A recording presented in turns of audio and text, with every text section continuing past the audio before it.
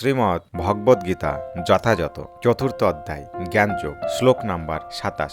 সর্বাণি ইন্দ্রিয় কর্মাণি প্রাণ কর্মাণি চাপরে আত্মসংযম যোগো যজ্ঞ জোহ্বতি জ্ঞানদীপিতে।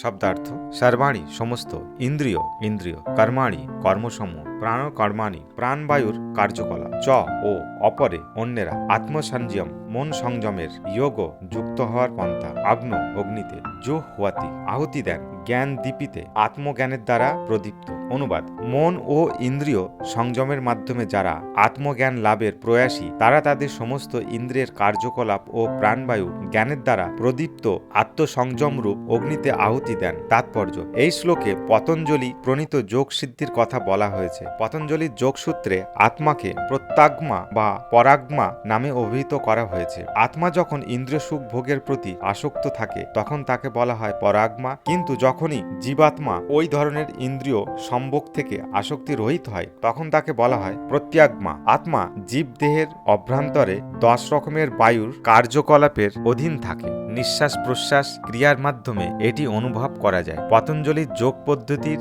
শিক্ষা দেয় কিভাবে দেহস্থিত বায়ুকে নিয়ন্ত্রণ করে আত্মাকে জড় বন্ধন থেকে মুক্ত করা যায়। এই যোগ পদ্ধতি অনুসারে প্রত্যাগামাই হচ্ছে চরম উদ্দেশ্য। এই প্রত্যাগামা হচ্ছে জড় কার্যকলাপ থেকে প্রত্যাহার। ইন্দ্রিয় ও ইন্দ্রিয়গ্রাহ্য বিষয় পরস্পরের উপর ক্রিয়া করে, যেমন শ্রবণের জন্য কান, দৃষ্টির জন্য চোখ, ঘ্রাণের জন্য নাক, আস্বাদনের জন্য জিহ্বা ও স্পর্শের জন্য ত্বক, এবং এরা সকলেই আত্মার বাইরের নানা রকম কাজকর্ম করে চলে। প্রাণবায়ুর ক্রিয়ার প্রভাবে এগুলি সম্ভব হয়। আপান বায়ুর গতি অধোগতি, ব্যান বায়ুর প্রভাবে সংকোচন ও প্রসারণ হয়। সমান বায়ুর সমতা বজায় রাখে, আর উদান বায়ু ঊর্ধ্বগামী। প্রবুদ্ধ মানুষ এদের সকলকে আত্মতত্ত্ব অনুসন্ধানে নিযুক্ত করেন।